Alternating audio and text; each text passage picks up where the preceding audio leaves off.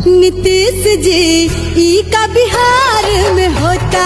Nitish ji Trump बड़े पापा, Trump बड़े पापा, ट्रम्प बड़े पापा। ये अरे कहाँ दौड़ के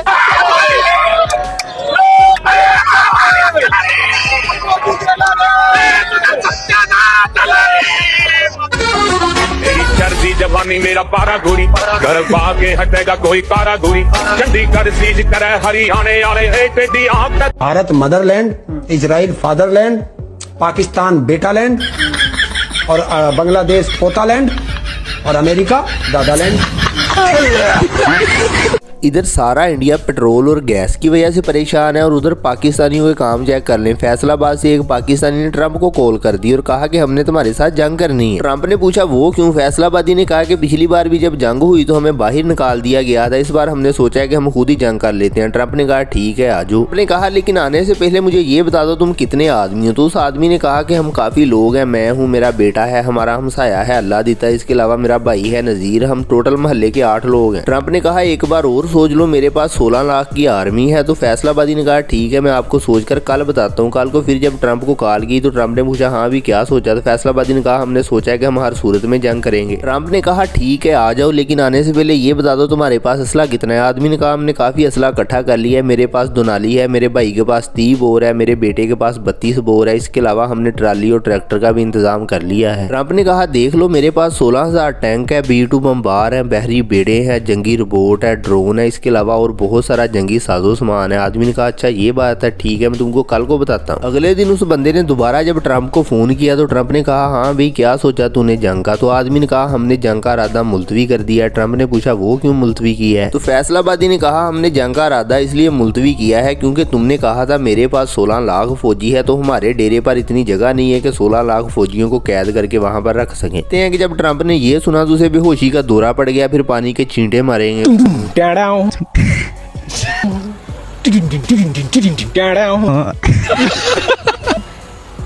एक बार धोखा खा चुका हूँ।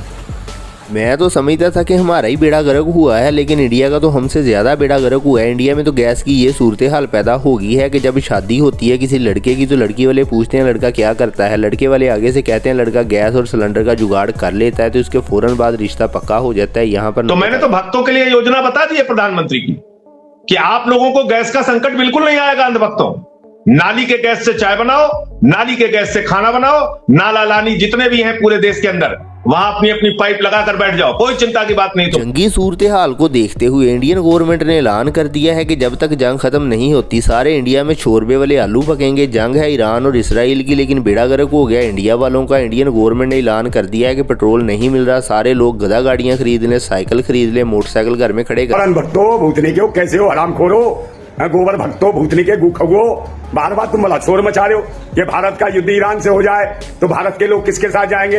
मैं भूतनी के हो, ईरान तो पुराना मित्र है भारत का। वक्त ऐसे ही गैस की वजह से परेशान हुए जा रहे हैं। भला इनको गैस की वजह से परेशान होने की क्या जरूरत है, इनके पास तो कौमी डिश है गोबर। खाना तो इन्होंने गोबर है, सारी की सारी कौम ने तो भाई गाय का गोबर खाते रहे। गैस का इनसे क्या ही काम, गैस तो भाई रोटी पकाने के लिए। ईद के मौके पर, मुहर्रम के मौके पर 2 गैस के सिलेंडर मुफ्त दिए जाएंगे। 2 गैस के सिलेंडर। यार जिंदगी में पहली बार ऐसा महीना देखा है फरवरी का जिसमें बसंत भी देख लिया, वैलेंटाइन डे भी देख लिया, जंग भी देख लिया, मौसम गर्मा भी देख लिया, मौसम सरमा भी देख लिया, रमजानुल मुबारक भी देख लिया, वर्ल्ड कप भी देख लिया। और मजे की बात ये है ये महीना सिर्फ 28 दिन का था। हे प्रभु, हे हरि राम कृष्ण जगन्नाथ प्रेमानंद, ये क्या हुआ? गलाव में पानी आ गया, गमछा भी खुल गया मेरा। लगती ये देखिए।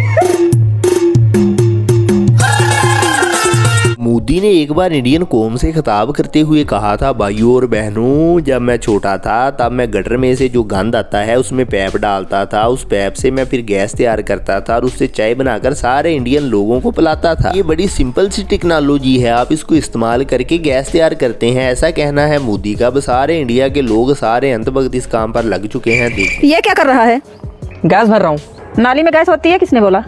बर्तन को उल्टा करके उसमें छेद करके पाइप डालती और जो गटर से गैस निकलता था वो पाइपलाइन से उसके अपने चाय के ठेले में ले लिया और वो चाय बनाने के लिए उसी गैस का उपयोग करके चाय बनाता था। सिंपल सी टेक्नोलॉजी है। इधर इनका हाल देख लीजिएगा, ये उल्लू के पट्टे पाकिस्तानी है। गुजरांवाला शहर की ये वीडियो है। शहरी के वक्त सारा शहर रोटियां खरीदने के लिए निकला हुआ है। इनको पता ही नहीं है दुनिया में जंग लगी हुई है। इधर इंडियन को देखो बेचारे लाइन में लगे हुए हैं गैस खरीदने के लिए, कितने परेशान है। हद। सोना चांदी तो पहले से तेज था, इसलिए प्रेमी दूल्हा बनने के लिए शेरवानी नहीं पहन पा रहे थे और प्रेम का दुल्हन बनने के लिए लहंगा।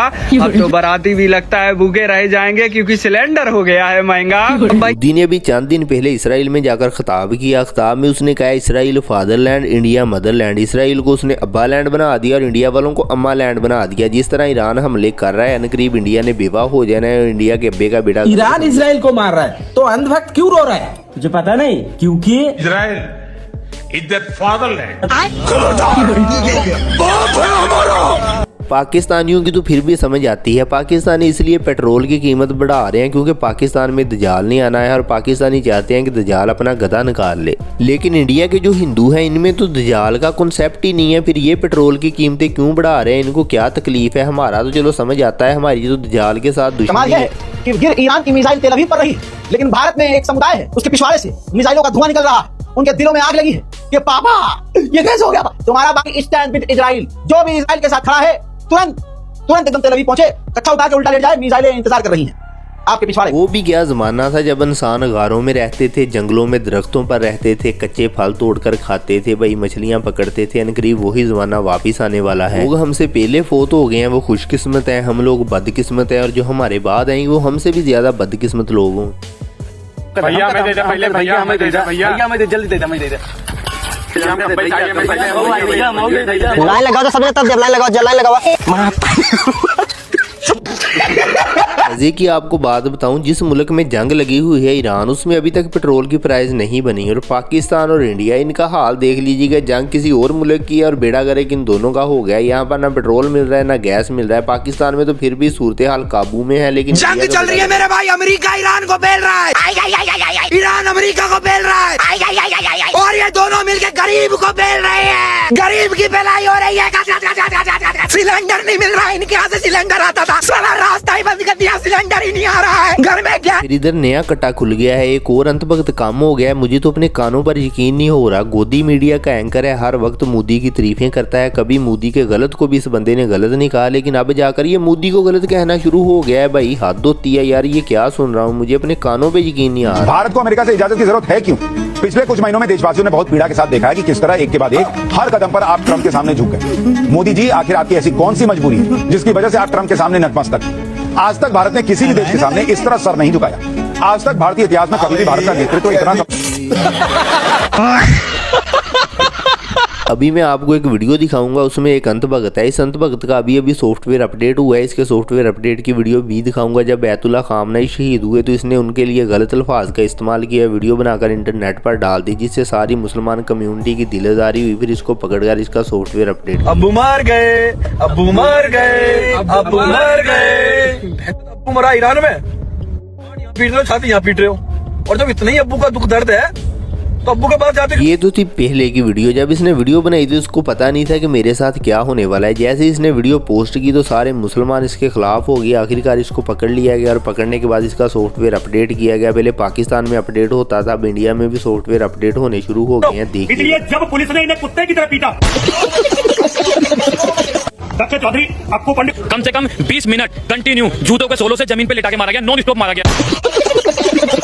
आप लोग अपनी आंख से देख सकते हो, ये देख सकते हो मेरे आंख पे, दक्ष भाई के आंख पे, ये सर पे, और भाई का कंधा तोड़ दिया मार के। और पाकिस्तान की जंग में आपने गोदी मीडिया की परफॉर्मेंस तो देखी थी कि गोदी मीडिया कैसे किसी भी मुल्क को जंग जिता सकता है। तो गोदी मीडिया की इस परफॉर्मेंस को देखते हुए सारे मुल्कों ने भाई इंडिया को फोन करने शुरू कर दिए हैं कि गोदी मीडिया को हमारे पास भेजा जाए ताकि हम जंग में जीत सके और हमारी गोदी मीडिया मदद। हथियार देना है, जेट देना है, फाइटर जेट देना है, विमान देना है, ऐसा कुछ नहीं।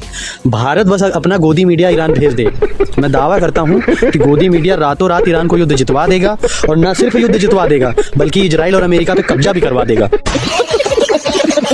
उधर भाई अरब के आधे शेख बीमार हो चुके हैं, उन्होंने सर बांध लिए हैं। वजह ये है कि वो सारे के सारे गोदी मीडिया देखते थे। उन्होंने समझा शायद हमारा मुल्क तबाह हो चुका है, ईरान ने हमारे मुल्क पर कब्जा कर लिया है। अब जाकर उनको पता चला है कि हम गोदी मीडिया देखते थे इसलिए ऐसा। बड़ी खबर आ रही है अमेरिका, सऊदी और इराक से। उन्होंने हाथ जोड़कर अपील करी है भारतीय मीडिया से, कृपया शांति बनाए रखें। हमारी ईरान की मिसाइल से इतनी नहीं फट रही जितनी तुम्हारी खबर देख देख के हमारी फटी पड़ी है।